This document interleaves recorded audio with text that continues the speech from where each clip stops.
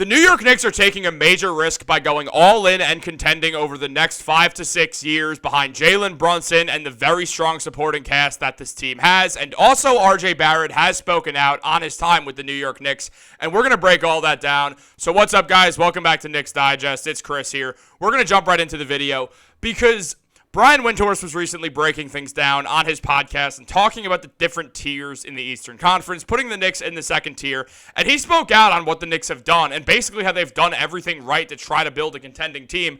But it's also a very bold move what the Knicks have done. They've went out there and basically given up all their assets in a move to essentially make the deepest team in the NBA, something they were successful at, and make the most well-rounded team in the NBA, something they were arguably successful about, but also the Oklahoma City Thunder exist. However, that's a different story for another day. Essentially, the New York Knicks right now have built a staple in the Eastern Conference team. And honestly, let's just take a look at how Windhorst brought it in, because I'm a Knicks fan, obviously, so I'm going to be a little bit biased. But Windhorst put this well. He mentioned that the Knicks built a team that doesn't necessarily have to win it now. Obviously, they're going for it now. But this is a team built to withstand the new rules, largely because Jalen Brunson was willing to take, and I quote, God, way below his value. They are built with wings, reasonable contracts, depth, and potential to be flexible. Now, shout out to New York basketball for really putting that podcast snippet on the map. But Brian Windhorst is right. The Knicks have went out there and built a team that is very, very flexible with their contracts. There is not really a bad contract on the team, and we will get into that in a few minutes. But it's also the fact that Jalen Brunson took that massive discount to give the Knicks more flexibility. This is a team that when the CBA changes and starts to screw over a lot of the best teams in the NBA, the Knicks will not have that problem. Even a team like the Oklahoma City Thunder, yeah, they're phenomenal, and they're not going to get any worse. They're actually just going to continually get better and better and better till Bryson Atkins of Thunder Digest will never get out of my ear. And that'll be great. Shout out, Bryson. Your fantasy team is going down, though. But look, here's the deal. The New York Knicks have done everything right because they finally have a good organization for the first time since the 90s. I was not alive in the 90s. I do not remember the Knicks having a good organization. The closest thing to this is 2013 behind that team, which was an older Knicks team with Melo as one of the younger players on the team. Right now, the Knicks have a team with Jalen Brunson, who just turned 28. Happy belated. Same thing as McHale. Happy belated to him, who also turned 28. Josh Hart's 29. DiVincenzo's around the same age. All these guys, OG Anunoby, similar age, 27. Julius Randle, 30, going into year 10 of his NBA career, though one of his seasons he played 5-10 minutes before he broke his leg. It's really this situation the Knicks have put themselves in to contend for the next 5 years, and that's really what they were breaking down on that podcast, putting the Knicks in the second tier of Eastern Conference teams. Now, essentially what Windhorst said is one thing that I think you could say about the Knicks that they've done incredibly well under Leon Rose is that they have found an identity. They've gotten players for their head coach. It's remarkable because it's the inverse of what the Knicks have chased for so long. They're putting roots up at the top of the Eastern Conference. Essentially, the Knicks aren't going for the quick fixes they used to go for. They're not trading away Kristaps Porzingis in the hopes that they're going to sign Kevin Durant and Kyrie Irving just for them to go to the team across town because it made all the sense in the world for a team like the Nets, who were building correctly, to go for KD and Kyrie. Obviously, that flamed out because the Nets are not a good organization like the Knicks were not in 2019. So it's understandable how that all went down. However, on that note, since hiring Leon Rose, the Knicks have turned around. They've gotten rid of essentially every single bad contract they've had. The one bad contract that Leon Rose ever gave out was the Evan Fournier one, a deal that I guess kind of inadvertently led to Mikal Bridges. You can't really say oh, well, it's okay. It led to Bridges through them trading Fournier and Grimes and Malachi Flynn for Bogdanovich and Burks and then trading Bogdanovich to the Nets for Mikal. All that stuff, yes, the contracts did end up working out, so I guess it was good the Knicks had a tradable contract that they were willing to part with in order to bring in Mikal Bridges, but they also gave up a lot of picks for Bridges, and understandably, that was a lot of picks. However, when you look at teams, yes, Mikal is not worth 5 first-rounders to most teams. Is he worth 5 first-rounders to the Knicks?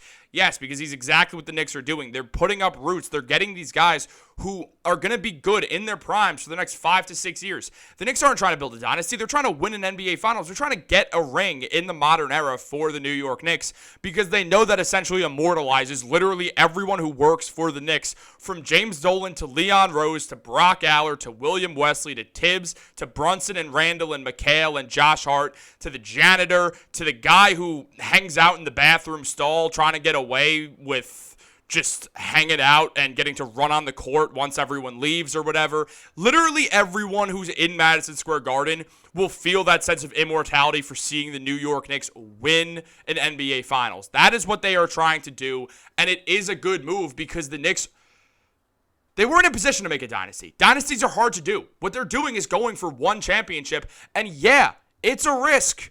But it's what they have to do because it's the first time they've had this good of a player since at least Carmelo Anthony. But Brunson is going to go down higher up on the all-time great Knicks list than Melo if he keeps doing what he's doing. I honestly think it's inevitable. I don't think he has yet just because the amount of time Melo spent on the Knicks. But he's like, one conference finals away from certainly being above him and being a top 5 Knick of all time.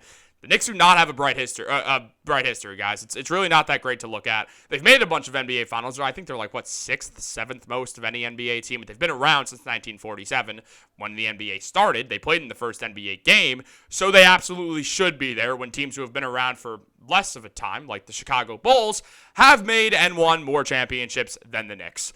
Actually, I think the Knicks have made 7 championships. So I'm wrong, but you get the point.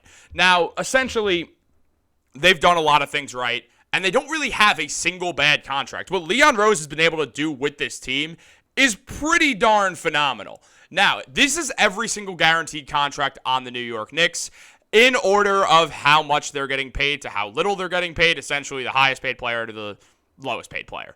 Now, obviously, you got like Chuma Okeke, who is on a contract, is left off the list because he's not on a guaranteed contract. The only guy you can even kind of say is overpaid is OG Anunoby, which, you know what? You can say OG's overpaid. I understand why the Knicks did what they did. They had to give him a lot of money because the other option was you lose OG to a team that's willing to pay him that. We kind of knew OG ended up deciding he was going to chase the money, and you got to respect that in one way or another. He's an NBA player who wants to get paid as much as humanly possible. I'm not going to bash him for that at all, but it is what it is. They overpaid him. But not by much when you consider what OG's been able to do for the Knicks. I mean, they're 20-3 in the regular season with OG, 23-6 or 23-7 in the playoffs with OG. In one of those games, he played 5 minutes on a hamstring that was just not ready to go.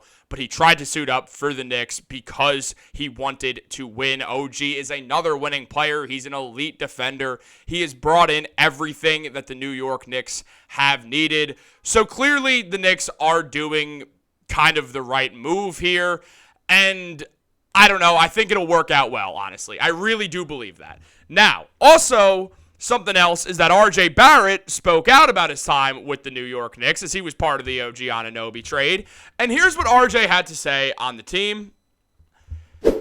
RJ said, "There are a few things that I miss," when he was reminiscing on his time in New York. "Mostly I miss my boys over there, the relationships you build over the time, and the fans. That pressure was really special." Now, this is from Sharp Magazine, so shout out to them. Make sure to give them some love.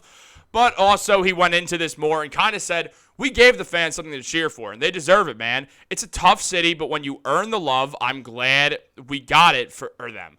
I think people forget that we really built something there when I arrived. We weren't contending. We weren't close, really, my sophomore year when we made the playoffs. Then we just kept building. We gave the fans something to cheer for, and they deserve it, man. It's a tough city, but when you earn their love, I'm glad we got there for them." Now, I'm obviously a big RJ fan. If you guys have followed this channel long enough, you would know that I was a massive RJ Barrett supporter. However, I was saying early on last year that Barrett, Brunson, and Randall just did not fit together at all. Not surprising that Barrett did end up being the odd man out of there. The Knicks acquired OG, who was a perfect fit. Going back to another great move that the Knicks made, albeit a risk to trade RJ, a very young player, along with Emmanuel Quickley, for Anunoby, a guy who's a bit older, has some injury concerns, but when he's on the court and healthy, is arguably the best on-ball defender in basketball and was exactly what the Knicks needed, showed by the January they had when they had their 3 best players in Brunson, Randall, and OG on the floor. Now also having Mikal Bridges. I think the Knicks made the right move here to move RJ.